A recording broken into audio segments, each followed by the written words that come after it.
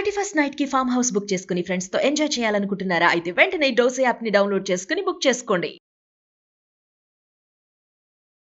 Welcome to సుమంటివి. నేను మీ సుమంటి వినాయక్. ఆశ్లేష నక్షత్రం వారికి కనుక మనం చూసుకుంటే 2026లో ఎస్పెషల్లీ విమెన్కి ఏ విధంగా ఉండబోతుంది అనేది ఈరోజు మనతో పాటు వైదిక ఆస్ట్రాలజీ ఉమా గారు ఉన్నారు. వారి మాట్లాడి తెలుసుకుందాం. నమస్కారం ఉమా గారు. నమస్తే నాగరాజ్ గారు. ఆశ్లేష నక్షత్రం వారి గుణగణాలు అసలు ఏ విధంగా ఉంటాయి?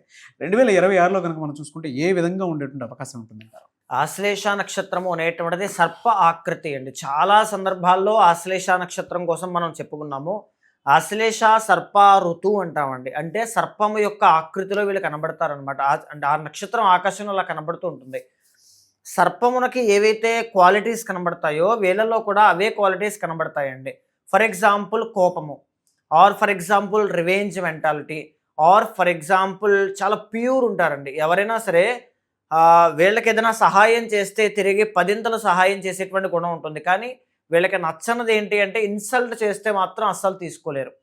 అంటే చాలా sensitive and emotional mind set అండి. అస్సలు ఆ ఇన్సల్ట్ని తట్టుకోలేరు.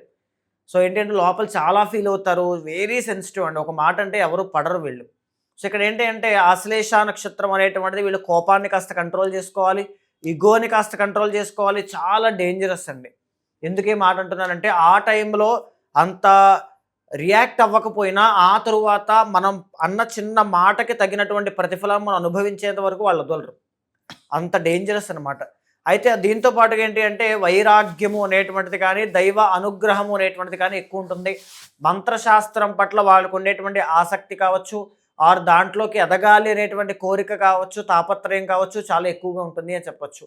ఫ్రీ ఆఫ్ లైఫ్ అండి. అంటే వీళ్ళు చాలా ఫ్రీడమ్గా బ్రతకాలి అని కోరుకుంటూ ఉంటారు, స్వేచ్ఛగా ఉండాలి అని కోరుకుంటూ ఉంటారు. ఎక్కువగా ఏంటి అంటే ఆశ్లేష నక్షత్రం వాళ్ళకి పెళ్ళి అవ్వడం చాలా లేట్ అవుతుంది, ఆర్ సంతానం కలగడం లేట్ అవుతుంది, ఆర్ పర్మనెంట్ సెటిల్మెంట్ లేట్ అవుతుంది. ఈ మూడిట్లో ఏదైనా డిలే అయ్యే అవకాశాలు ఎక్కువ ఉంటాయండి. అండ్ ఆశ్లేష నక్షత్రం వాళ్ళు విమెన్ బాగా జాగ్రత్తగా ఉండాల్సింది ఏంటంటే మీకు ఇంకొక శత్రువు ఉంటారు. అది ఎవరు అంటే ఇంకొక ఆడవాళ్లే. ఆడవాళ్లే శత్రువులు అనేటువంటిది ఆశ్లేష నక్షత్రం చూసే మనం చెప్పొచ్చేమో. ఎందుకంటే వీళ్ళకి చాలామంది ఆడవాళ్ళలో శత్రువులు ఉంటారండి. చాలా చాలా కేర్ఫుల్గా ఉండాలి, ఎవరిని నమ్మకూడదు. వీళ్ళ యొక్క చార్ట్ని మనం ఒకసారి గమనిస్తే అండి, ద ఒరిజినల్ ఫస్ట్ లార్డ్ ఎవరు అంటే చంద్రుడు. ఫ్యామిలీ అంటే చాలా ఆప్యాయత, తల్లి అంటే చాలా ఇష్టం. తర్వాత ఏంటి అంటే ఫ్యామిలీని ఎవరైనా ఒక మాట అంటే వాళ్ళని డిఫెండ్ చేయడం కోసం ఎంత దూరమైనా వెళ్ళడం. వెరీ ప్రొటెక్టివ్ నేచర్ అనమాట. అండ్ వెరీ సెన్సిటివ్ అండి. ఆ కోపము ఉంటుంది, అతి ప్రేమ, అతి ద్వేషం, అతి మంచితనం అన్నీ ఉంటాయి. అలాగే కోపం కూడా ఉంటుంది. The original second lord Ravi ఎప్పుడైతే అవుతారో విద్యలో ఆటంకాలు వస్తూ ఉంటాయి, చదువు సరిగ్గా అబ్బకపోవడం కానీ ఇబ్బందులు రావడం కానీ జరుగుతాయి. The original third and 12th lord వీళ్ళు ఎంతైతే ప్రాకులాడుతూ ఉంటారో వీళ్ళ కుటుంబ సభ్యుల కోసం, నా అనుకున్న వాళ్ళ కోసం, వీళ్ళకి రివర్స్లో అది రాదు. ఆ ప్రేమ కానీ, ఆ బంధుత్వం కానీ, ఆ ఆప్యాయత కానీ రాదు. వీళ్ళు ఎంతైతే అనుకుంటారో వీళ్ళ ఏదో గోడకు వేసిన సున్నంలా వీళ్ళు వేసుకోవడం అంతమించి ఏమి ఉండదండి. 4th and 11th లార్డ్ శుక్రుడు అవ్వడం వల్ల దీనివల్ల ఏంటి అంటే ఒక లగ్జరియస్ హౌస్ కట్టుకోవడం కానీ, ఎప్పుడు అది కూడా అంటే 40s దాటేయాలి. 40 సంవత్సరాలు దాటిన తర్వాత వీళ్ళకి గృహయోగం ఉంటుంది. తర్వాత వీళ్ళ జీవితంలో ఒక ఫ్యామిలీ టైం అంతా కూడా అప్పుడే ప్రశాంతమైన వాతావరణం 40 సంవత్సరాలు దాటిన తర్వాతనే కనబడుతుందండి. 5th and 10th లార్డ్ కుజుడు అవ్వడం వల్ల పుత్ర సంతాన యోగం అనేటువంటిది వీళ్ళకి కనబడుతుంది. అండ్ మంచి కెరీర్లో సెటిల్ అవుతారు. కానీ ఇందాక మనం ఒక మాట చెప్పాను చూసారండి, ఆశ్లేష నక్షత్రం వాళ్ళు పర్మనెంట్ సెటిల్మెంట్ విషయంలో డిలేస్ అయ్యే అవకాశాలు ఎక్కువగా ఉంటాయి. మెజారిటీ ఆఫ్ ఆశ్లేష నక్షత్రం వాళ్ళకు ఉండేటువంటిది ఏంటి అంటే కన్ఫ్యూజన్స్, అతి మంచితనం. ఎవరైనా ఒక మాట చెప్తే అది కరెక్ట్ అనుకుని నమ్మి వాళ్ళ వెనకాల వెళ్ళి మోసపోయి మళ్ళీ తిరిగి వచ్చేటువంటి గుణం అనమాట. సో ఆ రకమైనటువంటి ఇబ్బందులు ఉంటారు. ఆ విధంగానే మీరు లీగల్ లిటిగేషన్స్ కూడా ఫేస్ చేస్తారు.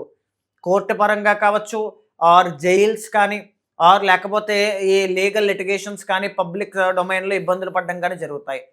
దీంతో పాటుగా 6th and 9th లార్డ్ గురువు అవుతారండి. దీనివల్ల ఏంటంటే చిన్న చిన్న అవమానాలు లైఫ్లో డబ్బు లేకపోవడం వల్ల చూడడం, ఆర్ లేకపోతే ఫైనాన్షియల్ ప్రాబ్లమ్స్ అనేటువంటివి చూడడం ఖచ్చితంగా జరిగే అవకాశం ఉంటుంది. The original 7th and 8th lord వీళ్ళకి శని అవ్వడము. ఎస్పెషల్లీ విమెన్ ఆశ్లేష నక్షత్రం వాళ్ళు మ్యారిటల్ లైఫ్లో చాలా చాలా కేర్ఫుల్గా ఉండాలి.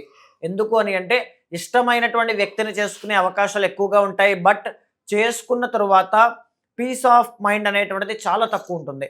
ఇద్దరి మధ్యలో మనస్పర్ధలు రావడం కానీ, ఫైనాన్షియల్లీ అంటే శని ఎప్పుడు కూడా కష్టకారకుడు అండి.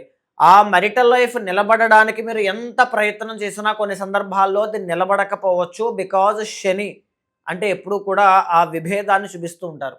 కొంతమందికి లక్కీగా పర్సనల్ చాట్లో శని అనేటువంటి ఆయన స్ట్రాంగ్గా ఉన్నప్పుడు మాత్రమే, ఆ కొన్ని కేసెస్లో మాత్రమే ఆశ్లేష నక్షత్రం వాళ్ళకి హ్యాపీ మ్యారీడ్ లైఫ్ అనేటువంటిది నేను చూశానండి. ఖచ్చితంగా ఉంటుంది, బట్ చాలా రేర్ కేసెస్ అనమాట. సో ఇక్కడ ఏంటి అంటే ఇలాంటి గుణాలు ఉన్నటువంటి ఆశ్లేష నక్షత్రం వాళ్ళు ఎలాంటి బిజినెస్లో బాగుంటారు, వీళ్ళకి చాలా డిఫరెంట్గా చెప్పిందని శాస్త్రం. ఎలాంటివి బాగుంటాయంటే పెస్టిసైడ్స్, కెమికల్స్, ఫ్యూయల్స్, తర్వాత టొబాకో కావచ్చు, ఆర్ లేకపోతే మ్యారేజ్ బ్యూరో అంటే కమ్యూనికేషన్ సంబంధించినవండి.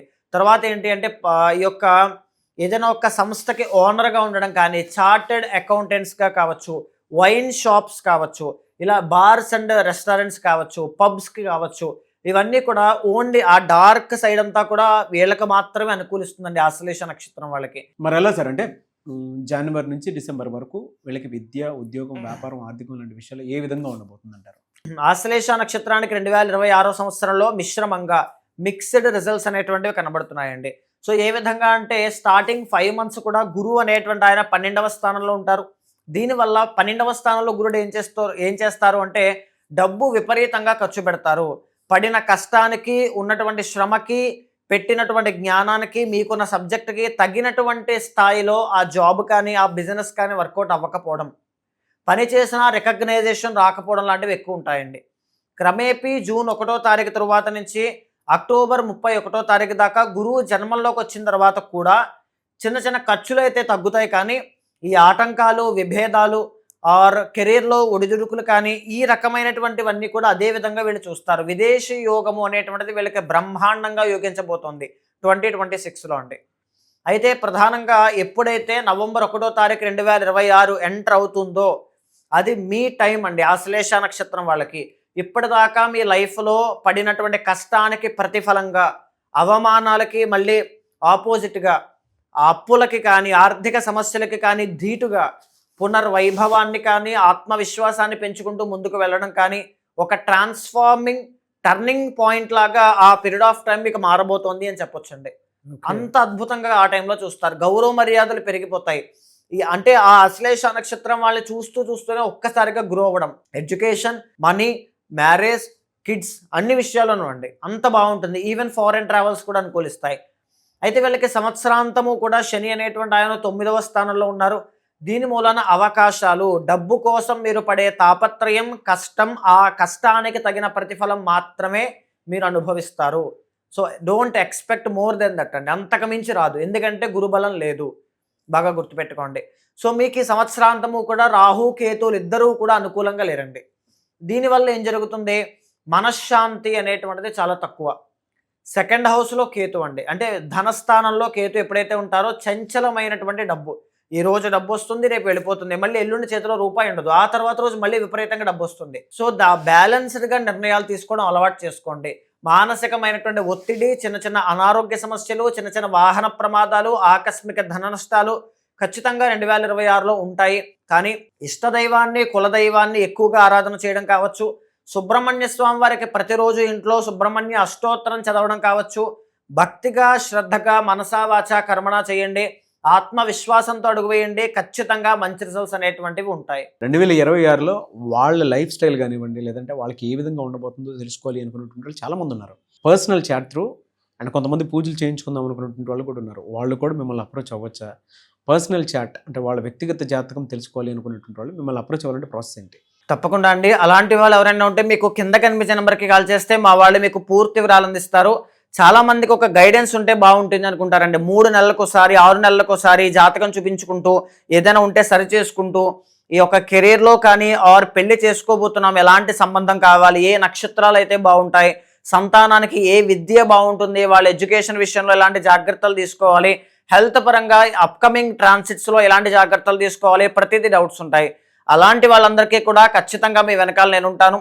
మీ జాతకాన్ని చూసిన తర్వాత గోచారంతో సమన్వయం చేస్తూ ఏదైనా దోషాలుంటే శాంతి పరిహారములు ఆచరింపజేసి భగవత్ అనుగ్రహం కలిగేలా చేస్తాను. థ్యాంక్ యూ అన్న, థ్యాంక్ యూ సో మచ్ అమ్మ గారు. నమస్తే అండి.